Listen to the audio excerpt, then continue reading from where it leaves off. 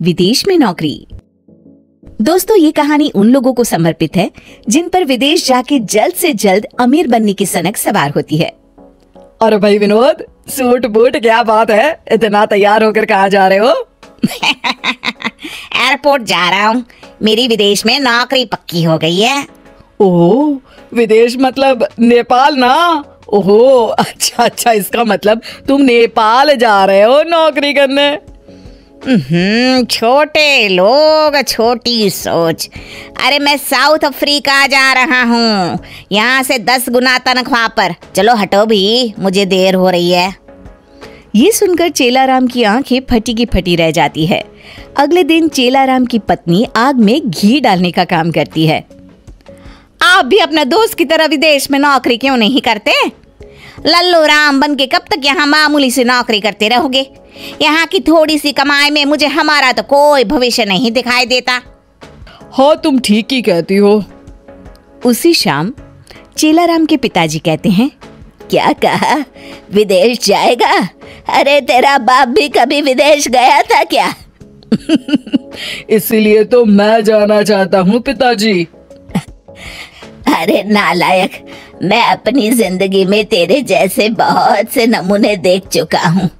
तू लोगों की हवाई बातों में आकर कोई ऐसा फैसला मत कर देना कि बाद में तुझे ही पछताना पड़े।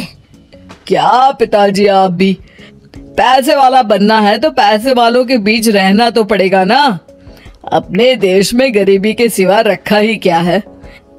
यहाँ तो लोग सिर्फ जिंदगी काट रहे हैं, मुझे तो जिंदगी जीनी है। अरे बहू, अब तू ही समझा इस नालायक को। अब बाबूजी, इन्होंने विदेश जाने का फैसला करके ठीक ही तो किया है। अरे आप बेकार में अपना सर खपा रहे हैं, ये दोनों मिले हुए हैं, समझा के कोई फायदा नहीं। थोड़ी देर बहस के बाद चेलाराम के पिताजी बेटे की जिद के आगे हार जाते हैं।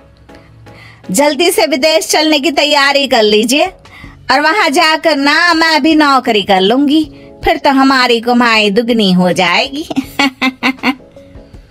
इस तरह चेलाराम अपनी पत्नी और बेटे को लेकर विदेश चला जाता है। चेलाराम को एक कंपनी में किसी तरह नौकरी मिल जाती है। ये देखो कितना बड़ा घर है चेलाराम, तुम यहाँ आराम से रह सकते हो, यहाँ तुम्हें कोई तकलीफ नहीं होगी। अरे ये अंग्रेज हिंदी कैसे बोल रहा है? अरे हिंदी चैनल है तो हिंदी ही बोलूंगा ना। तो बात तो तुमने सही कही, हमें घर पसंद है, बहुत पसंद है। हाँ, इस तरह चेलाराम अपने परिवार के साथ विदेश में रहने लगता है। लेकिन कुछ दिनों के बाद ही चेलाराम का सच्चाई से सामना होने लगता है। घर के काम करने के लिए वो एक काम वाली बाई को बुलवाते हैं। हाँ तो रीटा बाई, तुमने सारा घर देख लिया ना, कल से तुम यहाँ काम पे आ जाना। अच्छा, तुम तनख्वाह कितनी लोगी? अब जो सबसे लेती हूँ वही आप भी दे देना। महीने के सिर्फ 20,000, 20,000 रुपए। बाप रे, 20,000 रुपए? दिमाग खराब हो गया है क्या? अरे इतने रुपए में तो हमारे इंडिया के मोहल्ले की सारी बाइयों को काम पर रखा जा सकता है। इसीलिए तो वो इंडिया है और ये अमेरिका। मैं तो महीने के 20,000 ही लूंगी, मंजूर हो तो यस बोलो। नहीं, माफ करना, हमें बिल्कुल मंजूर नहीं है। तुम जा सकती हो, हमें दूसरे खर्चे भी तो देखने हैं।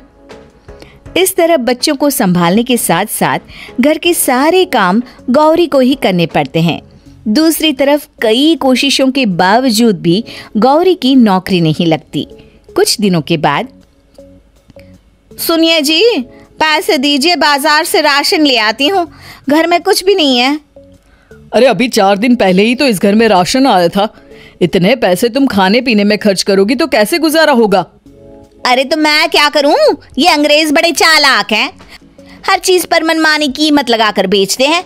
यहाँ सब्जियों के दाम तो आसमान छू रहे हैं।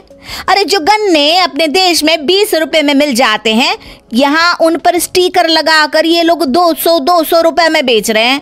अब मजाक चल रहा है क्या? हाय राम, यहाँ तो हर तरफ लूट मची है।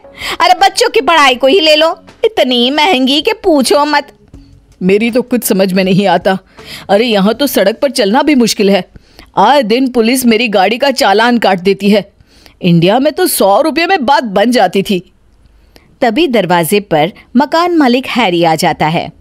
चलो राम, आज एक तारीख है, इस घर का किराया निकालो, पूरे 30,000 रुपए।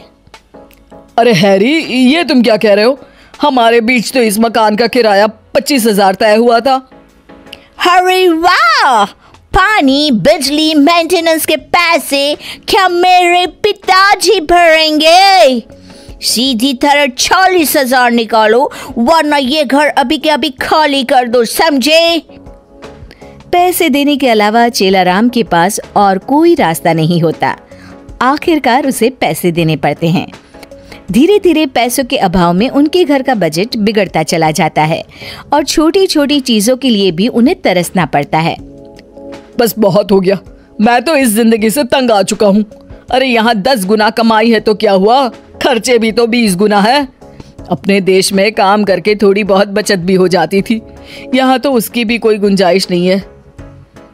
आप ठीक कहते हैं जी, अपना देश अपना होता है। कम कमाई ही सही, लेकिन अपने परिवार के साथ रहने का सुख तो मिलता है। इस तरह चेलाराम हिंदुस्तान वापस लौट आता है।